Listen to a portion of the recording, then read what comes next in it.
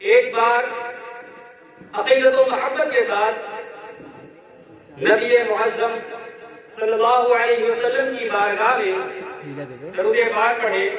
بڑے بابا سے بلند اللہم صلی علی سیدنا شفیعنا حبیبنا و مولانا محمد مبارک وسلم صلو علیہ الصلاۃ والسلام علیکہ یا حبیبی یا رسول اللہ صلی اللہ تعالی علیہ وسلم۔ آج کی یہ ذکر خیر کی محفل جو سجائی گئی ہے، اس کا خاص مقصد یہ ہے کہ نبی اور جتنے بھی دنیا میں آئے حضرت آدم علیہ السلام سے لے کر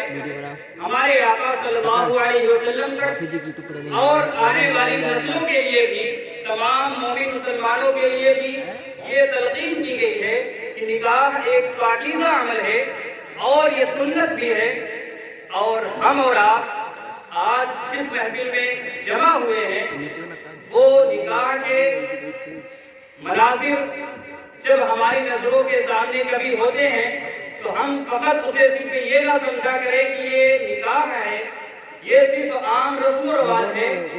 بلکہ ہمیشہ یہ چیز سمجھ کر رکھیں کہ یہ صرف سنت نہیں ہے، ان کی اہمیت کیا ہے۔ اللہ رب العزت نے کلام پاک میں ارشاد فرمایا، یا ایھا الناس، اے لوگو، میں نے تمہیں ایک مرد اور ایک عورت سے پیدا کیا، یا ایھا الناس انا خلقناکم من ذکر و انثی، اور اس کے آگے ارشاد فرماتا ہے وجعلناکم شعوبا وقبائل لتعارفوا ان اکرمکم عند اللہ اتقاکم۔ اللہ رب العزت نے یہ ارشاد فرمایا کہ اے لوگوں، میں نے تمہیں ایک مرد اور ایک عورت سے پیدا کیا، اور اس کے بعد ارشاد فرماتا ہے اسی آیت میں کہ میں نے تمہیں قبیلوں کے درمیان بنایا، میں نے تمہیں قبیلے بھی بنائے، اور اس لیے بنائے تاکہ تم ایک دوسرے کو پہچانو۔ اب ہمارے لیے یہ ضروری ہے کہ اگر ہم قرآن مقدس پر ایمان رکھتے ہیں اور نکاح جیسی محفلوں میں موجود رہیں تو صرف سنت نہ سمجھیں، بلکہ یہ جانیں کہ یہ انبیاء کی سنت ہے، اور آدم علیہ السلام سے لے کر ہمارے آقا صلی اللہ علیہ وسلم تک اور آنے والے جتنے بھی مومن مسلمان ہیں ان کے لیے یہ عمل، اگر شریعت کے مطابق جتنی چیزیں بتائی گئی ہیں اس کے طریقہ کار کو اگر وہ سمجھتا ہے، اس چیز کا عامل ہے، تو اس کے لیے نکاح سنت بھی ہے، اور نکاح فرض بھی ہو جایا کرتی ہے، نکاح واجب بھی ہوا کرتی ہے، اور نکاح مستحب بھی ہوا کرتی ہے۔ لیکن وہ طریقہ کار الگ الگ ہیں کہ کب نکاح فرض ہوتا ہے، کب سنت ہے، کب واجب ہے، اور کب مستحب ہے، یہ تمام چیزیں ہیں۔ تو آج کی محفل میں بتانے کا مقصد یہ ہے کہ اللہ رب العزت نے کلام پاک میں ارشاد فرمایا کہ لوگوں کو پیدا کیا، لوگوں کی پیدائش کے بارے میں اس نے فرمایا کہ میں نے تمہیں ایک مرد اور ایک عورت سے پیدا کیا اور قبیلے بنائے تاکہ تم ایک دوسرے کو پہچانو۔ اگر ہم بھی مسلمان ہیں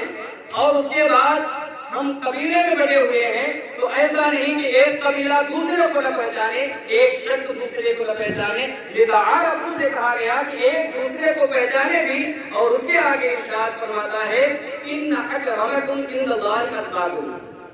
جس پر مجھے چند لمحے گفتگو کرنی ہے، مختصر، زیادہ سے زیادہ 10 سے 12 منٹ۔ ان اکرمکم عند اللہ اتقاکم، بے شک اللہ کے نزدیک تم میں زیادہ پرہیزگار، تم میں زیادہ پسندیدہ وہ ہے جو تقوی میں سب سے زیادہ ہے۔ یہی ہماری زندگی کا مقصد ہے۔ ہم چاہے جتنی محفلوں میں جائیں، چاہے اپنی زندگی میں کتنے اچھے عمل کر جائیں یا کیسی کیسی محفلوں میں شرکت کر جائیں، ایک مومن مسلمان کی سب سے اول جو ذمہ داری ہے، ایمان کے بعد اگر کوئی چیز ہے، اگر ہمارے درمیان کوئی شخص ہے تو وہ نہ نسب پر فخر کر سکتا ہے، نہ مال و زر پر فخر کر سکتا ہے، نہ صحت و تندرستی پر فخر کر سکتا ہے۔ یہ تمام چیزوں پر فخر کرنے کے لیے منع فرمایا گیا ہے۔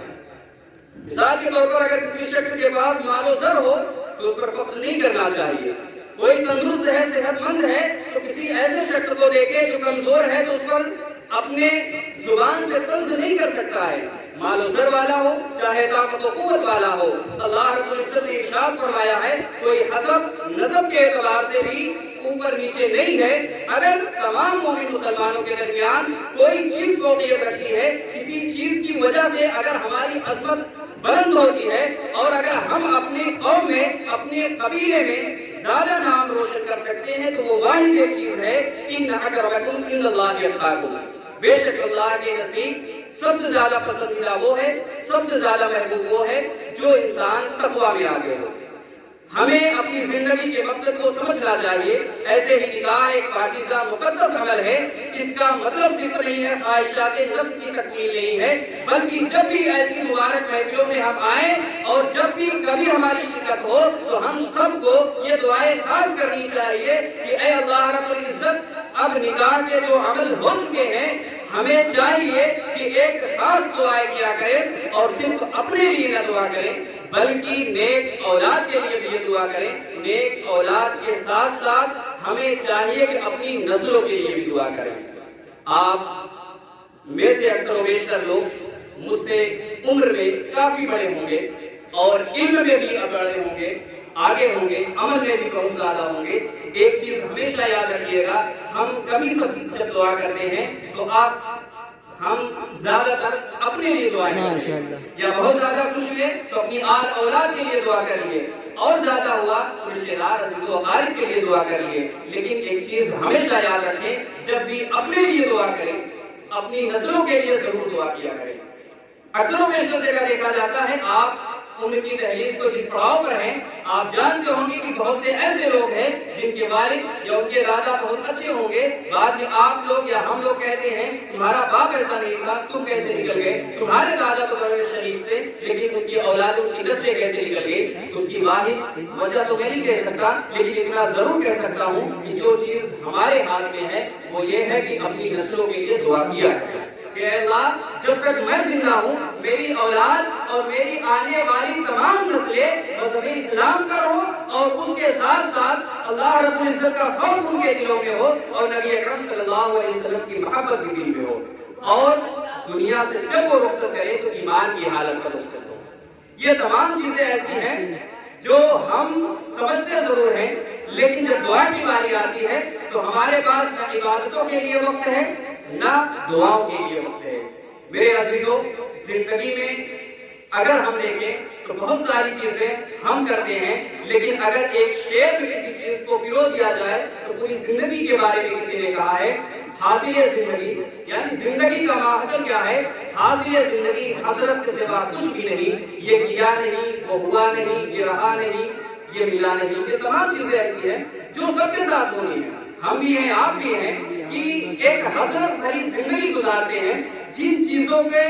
ہمارے دلوں میں، ہمارے دل میں اہمیت ہونی چاہیے، کوئی ایسی چیزیں ہیں کہ جب ہمارے پاس ہو تو اس کی اہمیت نہیں ہوتی ہے، جب ہمارے پاس نہ ہو تو اس کی اہمیت سمجھ میں آتی ہے۔ جب اللہ رب العزت ہمیں صحت و تندرستی دیتا ہے تب ہم عبادت و ریاضت سے دور ہوتے ہیں، اور جب لا کر کمزور ضعیفی کو پہنچتے ہیں تب سوچتے ہیں کہ اللہ رب العزت نے جوانی دی ہوتی تو عبادت کرتے، جوانی میں موقع دیا ہوتا تو عبادت کرتے، جو بھی وقت ہمارے پاس ہے اسے ہی غنیمت بچ جائے۔ ایسا نہیں ہے کہ بچپنے میں یہ آرزو کرے کہ ہم جوان ہو کر عبادت کریں اور جوان میں یہ عبادتیں کریں، اور اس کے ساتھ ساتھ اگر آپ کو موقع جتنا بھی ملے کم ملے، لیکن ہمیشہ اس بات کو ذہن میں رکھیں کہ ہمیں آپ کو کسی زندگی گزارنے کے لیے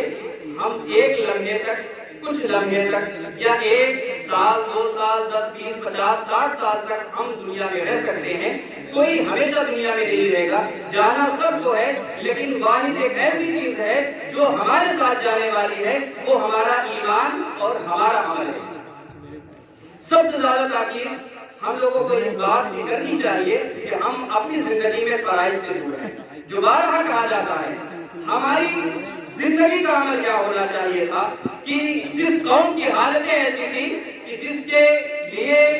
ہمیں آپ کو سمجھنا چاہیے کہ ہماری آپ کے رہنمائی کے لیے اللہ رب العزت نے نبیوں کو بھیجا اور ہمارے آقا صلی اللہ علیہ وسلم کو بھیجا۔ ہم نبی کریم صلی اللہ علیہ وسلم کی امتی ہیں اور ہمارے پاس قرآن ہے، ہمارے پاس صحابہ کی زندگی ہے، ہمارے پاس تابعین کی زندگی ہے، تبع اور حدیثیں، تمام چیزیں ہماری ہیں۔ لیکن ہم اگر کسی چیز میں دور ہیں تو وہ واحد ایسی چیز ہے کہ ایک انسان مومن مسلمان ہوتے ہوئے، تمام چیزوں کا مالک ہوتے ہوئے اگر دور ہے تو عمل جو کرے۔ ہماری مسجدیں کیوں خالی ہوتی ہیں؟ ہم اچھی طریقے سے جانتے ہیں ہر شخص کے ساتھ کوئی مجبوری نہیں ہے، ہر شخص عاقل بھی نہیں، ہر شخص بالغ بھی نہیں ہے، لیکن اکثر و بیشتر ایسی تعدادیں ہوا کرتی ہیں کہ ہم اپنی مسجدوں تک جا سکتے ہیں اور مسجدوں کو آباد کر سکتے ہیں۔ ہماری حالتیں ایسی ہیں کہ ہم نے اپنی مسجدوں کو ویران کر دیا اور ہم نے اپنے بازاروں کو وہ رونقیں دی کہ جو مذہب اسلام میں تصور نہیں ہے۔ ہماری ضرورت کی چیزیں ہیں، ہم ضرور بازار جائیں، کسی نے منع نہیں کیا، مذہب نے نہیں منع کیا، لیکن کیا ہم اپنی زندگی میں یہ وقت نکالتے ہیں کہ اللہ رب العزت نے ہمیں موقع دیا ہے جو ہمارے اوپر چیزیں فرض ہیں، کم از کم ہم فرض تو ادا کریں۔ کوئی بہت ساری چیزیں نہیں کہی جا رہی ہیں، صرف اتنا کہا جا رہا ہے کہ ایک شخص اپنی زندگی میں فرض کو سمجھ لے، تب جا کر ہم یہ کہہ سکتے ہیں کہ ہم نے ایک مومن مسلمان ہونے کا حق ادا کیا ہے، اور تب ہم جا کر یہ کہہ سکتے ہیں کہ ان اکرمکم عند اللہ اتقاکم، جو اللہ تعالیٰ نے ارشاد فرمایا ہے کہ تم میں پرہیزگاری کی بنیاد پر، پرہیزگار ہونے کی بنیاد پر سب سے ارفع و اعلیٰ ہو سکتا ہے، ورنہ کوئی ایسی چیزیں نہیں ہیں۔ نبی کریم صلی اللہ علیہ وسلم کے دور میں بہت سارے واقعات ہوئے ہیں، کبھی کبھی صحابہ کے درمیان ایسی باتیں ہو جایا کرتی تھی یا کسی کی زبان سے ایسے جملے جاری ہوا کرتے تھے جس سے یہ پتہ چلتا کہ اس نے نسب پر، حسب پر فخر کیا ہے، تو نبی کریم صلی اللہ علیہ وسلم اسی وقت انہیں روک دیا کرتے تھے، کہتے کہ حسب نسب میں کوئی برابر، سب برابر ہیں، کوئی اعلیٰ کوئی ادنا نہیں ہے۔ آپ نبی کریم صلی اللہ علیہ وسلم کی زندگی کے آخری لمحات حجۃ الوداع کو جانتے ہوں گے، اگر آپ لوگوں نے پڑھا ہوگا، سنا ہوگا، سمجھا ہوگا، تو ہم یہ سمجھیں کہ نبی کریم صلی اللہ علیہ وسلم کی زندگی کیسی رہی ہے۔ نبی کریم صلی اللہ علیہ وسلم نے اپنی زندگی میں نماز فرض تو ادا ہی کیا ہے، نبی کریم صلی اللہ علیہ وسلم تہجد کی نماز اتنی پابندی سے پڑھتے تھے کہ گویا آپ پر فرض تھی۔ ہم اس نبی کے ماننے والے ہیں، دعوے ہم چاہے جتنا کریں، لیکن عمل ہمارے درمیان حد درجہ کم ہے، اور اتنا کم ہے کہ کہا جائے تو ہم زبانی دعویٰ کر سکتے ہیں کہ جنت کے حقدار ہیں، لیکن یہ اللہ رب العزت کو معلوم ہے کہ کون جنت میں جائے گا، کون جہنم میں جائے گا۔